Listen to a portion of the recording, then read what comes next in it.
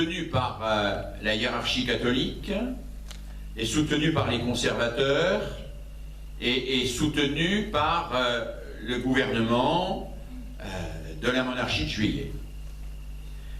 La seconde, l'école mutuelle, est soutenue par le courant protestant, soutenue également par une partie de la frange progressiste, voire anarchiste des intellectuels, et soutenue pour une large part par la population et en particulier par les artisans.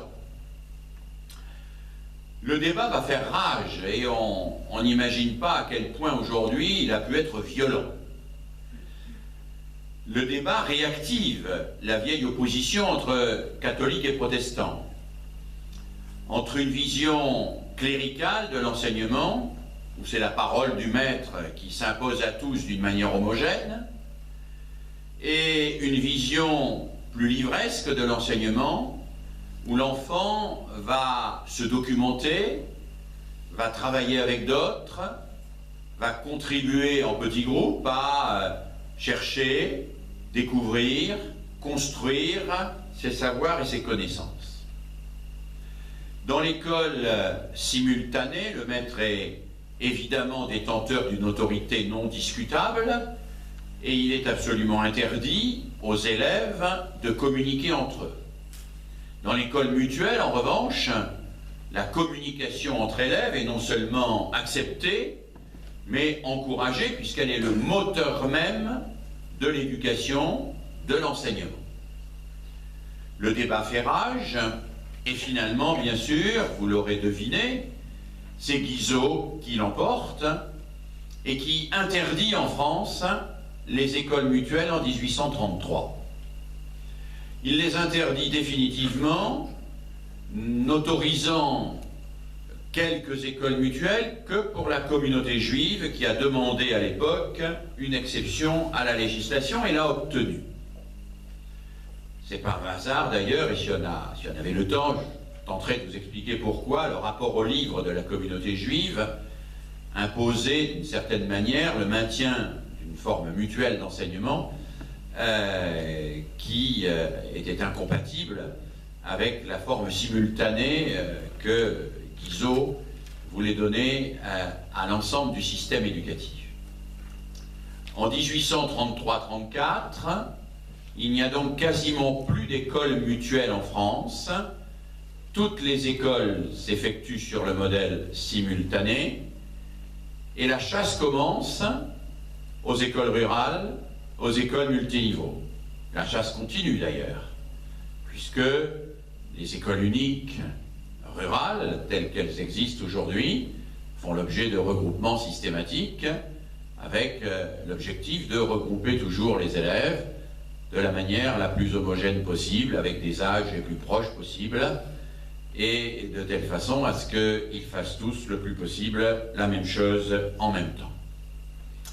Guizot ne va pas seulement imposer le modèle simultané, il va créer les outils de l'homogénéisation de l'institution scolaire française.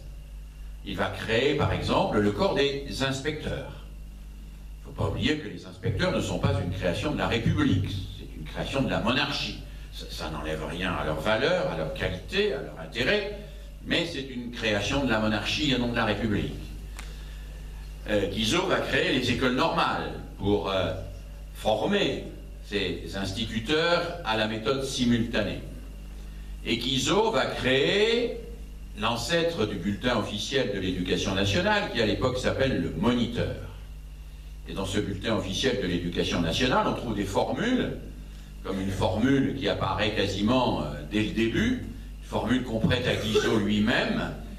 Le modèle simultané, dit Guizot, c'est le modèle de l'obéissance des élèves à la parole du maître. C'est l'interdit de la communication entre élèves, puisque quand des élèves communiquent entre eux, c'est qu'ils complotent contre le maître. Bien. Ce que je voudrais simplement vous faire remarquer, c'est que Guizot n'est pas mort. Guizot n'est pas mort au sens où le modèle qu'il a imposé à l'époque est toujours le modèle en vigueur. Ce modèle, il est apparu à un moment de notre histoire. Il est apparu à un endroit sur la planète. Nous avons été capables, certes, de l'exporter dans le cadre de la colonisation, un peu partout, mais il y avait une quantité de civilisations qui ignoraient complètement ce modèle de la classe tel que nous le connaissons aujourd'hui. L'Afrique l'ignorait totalement. Elle pratiquait la technique de l'arbre à palabres, où les anciens, au pied d'un arbre, faisaient venir, ou laissaient venir, plus exactement, les plus jeunes, et leur parlaient en répondant à leurs questions au fur et à mesure que ces questions émergeaient. En Asie, les classes telles que nous les connaissons n'existaient pas, rien de tel n'existait. Au Népal, par exemple, il existait un système assez astucieux d'ailleurs, qui était celui des voleurs de connaissances, puisque les adultes se réunissaient le soir pour parler des choses sérieuses, des choses qui ne concernaient que les adultes, la politique, la sexualité, mais aussi la pêche, la chasse, enfin toutes ces choses que normalement les enfants devraient apprendre. Et on s'organisait pour empêcher les enfants d'approcher. En particulier, on donnait des masques un peu effrayants à un certain nombre de gens qui avaient pour mission d'éloigner les enfants de ces conversations entre adultes où se disaient des choses qui ne devaient pas être entendues par les enfants. Et il arrivait ce que, bien évidemment, il devait arriver, c'est que les enfants réussissaient à tromper la surveillance de ces gardiens du savoir et à les voler le savoir que les adultes prétendaient garder pour eux, mais vous aviez évidemment compris que c'était là un habile subterfuge. Il s'agissait de cacher les savoirs pour donner aux enfants l'envie d'aller les voler. Je pourrais multiplier les exemples et vous donner une quantité d'autres modèles scolaires. Il se trouve que la France n'a pas choisi le modèle de l'arbre à palabres, qu'elle n'a pas choisi le modèle des voleurs de connaissances, qu'elle n'a pas choisi le modèle mutuel, qu'elle l'a même éliminé d'une façon dure, violente, en peu de temps, et qu'elle a imposé le modèle simultané. Et qu'elle l'a imposé à un moment particulier de son histoire, où l'État, qui n'était pas un État républicain, a voulu contrôler sur le modèle religieux, et j'y insiste, de l'Église catholique, contrôler l'activité intellectuelle de chacun de ses enfants, et si possible, contenir les velléités de révolte qui auraient pu émerger ici ou là. Alors si je me permets de vous dire ça, c'est pour relativiser un petit peu le système tel que nous le vivons. Il n'est pas dit qu'une véritable école républicaine doive en permanence reproduire et reconduire un système élaboré par la monarchie. Et pas n'importe quelle monarchie, une monarchie particulièrement antidémocratique, c'est pas la monarchie anglaise. Il n'est pas dit que le modèle simultané, qui a probablement correspondu à un moment donné à une forme de rationalisation nécessaire de l'organisation scolaire, soit un modèle qui corresponde toujours aux aspirations de notre société. Et il n'est pas dit que ce modèle doive durer sans être jamais réinterrogé.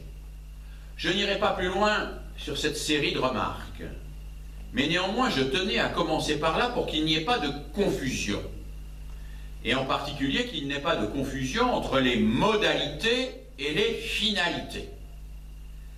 La classe de 24 à 30 élèves, avec un cours d'1 heure ou de 55 minutes, la classe d'élèves du même âge et du même niveau, ça n'est qu'une modalité parmi d'autres de l'enseignement. Ça n'est pas ce qui constitue la finalité de l'enseignement. Alors j'entends bien, ici ou là on dit, quand est-ce qu'une rentrée est réussie? C'est quand il y a un professeur devant un groupe de 25 à 30 élèves. Bon. Oui, d'accord, ça c'est la technique, c'est la modalité. Mais dans la finalité, qu'est-ce que c'est? Alors dans la finalité, deuxième série de remarques, il faut aller un peu plus loin, il faut dépasser un peu 1830, il faut arriver à Jules Ferry, à 1880, 82, 83, pour y voir un peu plus clair. D'abord, Jules Ferry ne va pas toucher au modèle de l'école simultanée. Il va même continuer la lutte contre les classes uniques, en organisant les regroupements.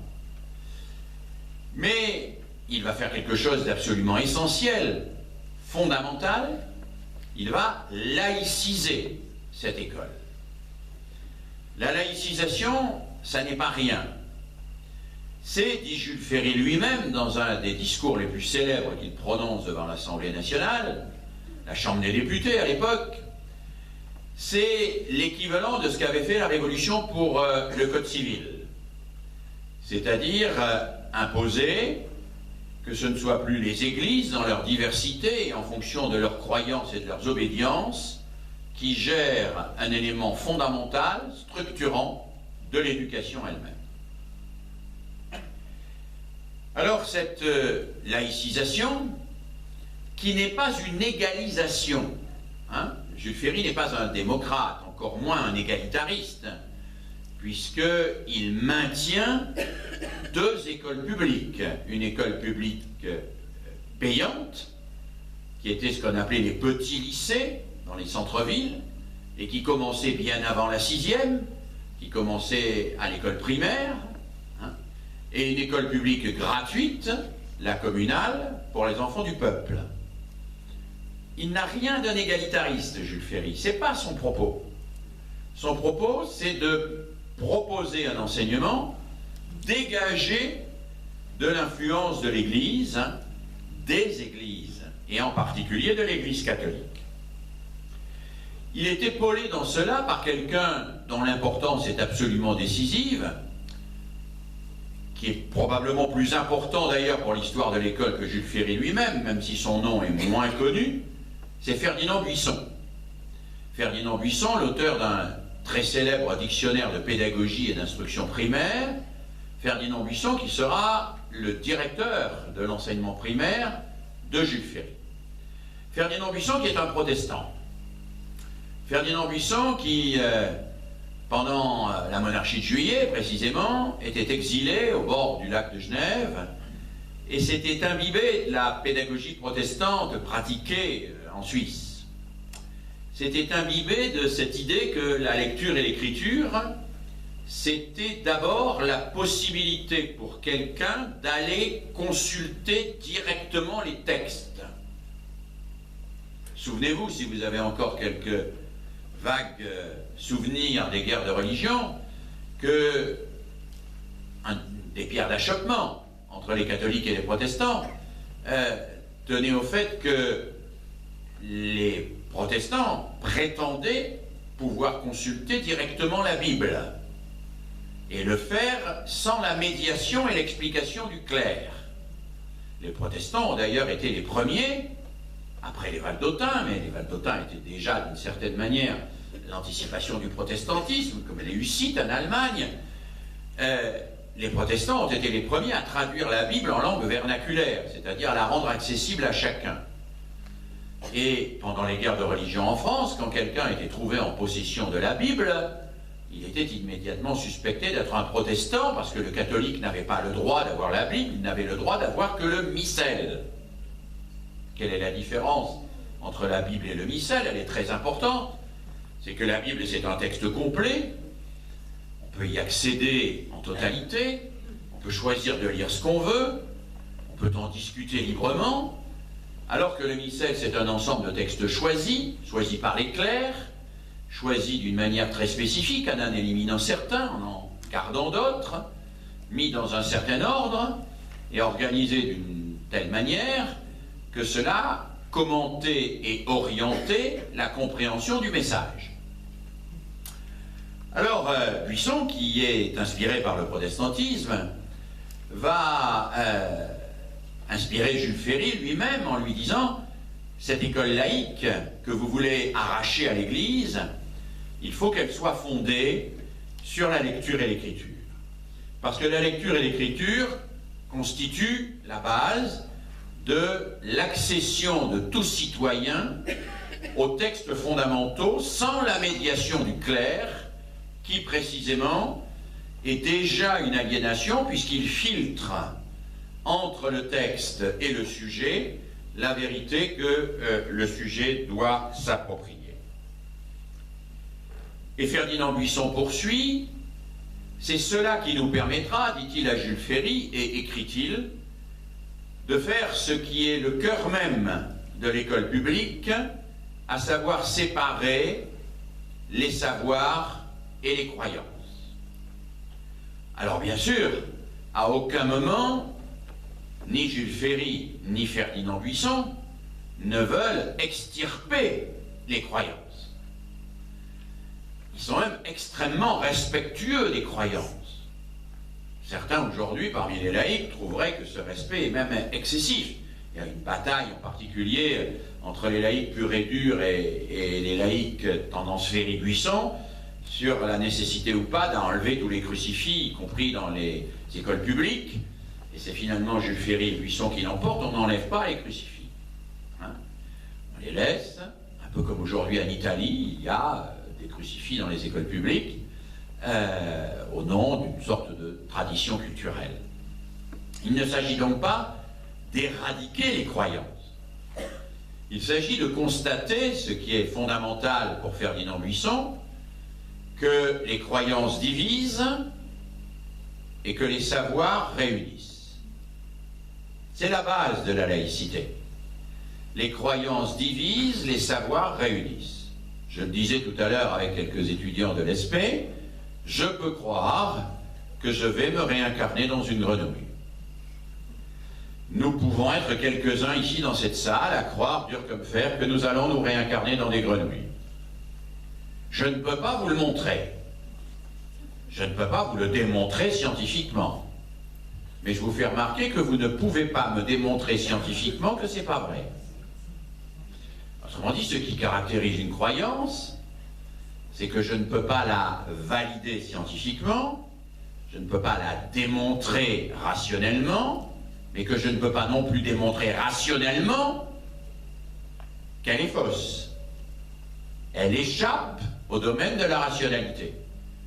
Et Jules Ferry, comme Ferdinand Buisson, en sont parfaitement conscients. Il ne s'agit pas de lutter contre les croyances. Il s'agit de laisser les croyances là où elles doivent être, dans la sphère privée, et de développer dans l'école, qui est la sphère publique, les savoirs. Alors les savoirs, c'est ce qui réunit les hommes entre eux. Parce que ce qui caractérise un savoir, c'est précisément le fait que tout humain puisse se l'approprier. Dès lors qu'il est bien démontré, un savoir est fondamentalement partageable de manière universelle. C'est ça qui est au point de départ de la laïcité, le partage universel des savoirs. Et ce qui constitue le savoir, c'est que précisément, aucun humain à qui on ne le démontre ne doit pouvoir le refuser. Le savoir est universel, puisqu'il est fondé sur la rationalité, et que la rationalité, nous l'avons tous en partage. Alors, quand Jules Ferry et Ferdinand Buisson expliquent que c'est ça l'école publique, que c'est ça l'école laïque, ils ajoutent, c'est très important, notre travail, c'est d'enseigner les savoirs en laissant les croyances de côté, mais pour enseigner les savoirs en laissant les croyances de côté, attention, dit Ferdinand Buisson, il n'est pas possible d'enseigner les savoirs comme des croyances. Vous n'allez donc pas demander à vos élèves de croire dans les savoirs, ce qui serait une absurdité au regard même de la séparation entre les savoirs et les croyances. Vous allez donc proposer à vos élèves de leur démontrer les savoirs, puisque c'est précisément ce en quoi ils sont des savoirs. Et Ferdinand